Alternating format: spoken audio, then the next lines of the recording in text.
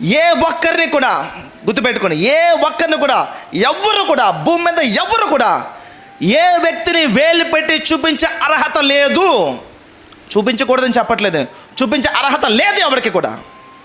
గుర్తుపెట్టుకోండి. భూమి మీద 2000 సంవత్సరాల క్రితం జీవించిన యేసు ప్రభు వారికి మాత్రమే అయితే ఆయనకు ఉంటుంది అర్హత. ఆయన ఏమన్నాడు? ఒక స్త్రీ వేష వ్యభిచారం చేస్తూ పట్టుబడి స్త్రీని తీసుకుని వస్తే ప్రభు ఏం చెప్పాడండి? అమ్మా, నేను కూడా నీ మీద ఆయన మీద సమాధానంతో వెళ్ళిపోమన్నాడు.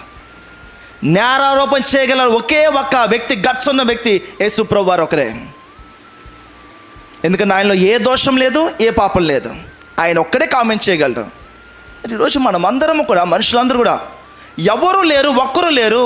అందరూ పాపము చేసి దేవుడు అనుగ్రహించిన మహిమను పొందుకోలేకపోతున్నారు. మరి అందరూ పాపం చేస్తూ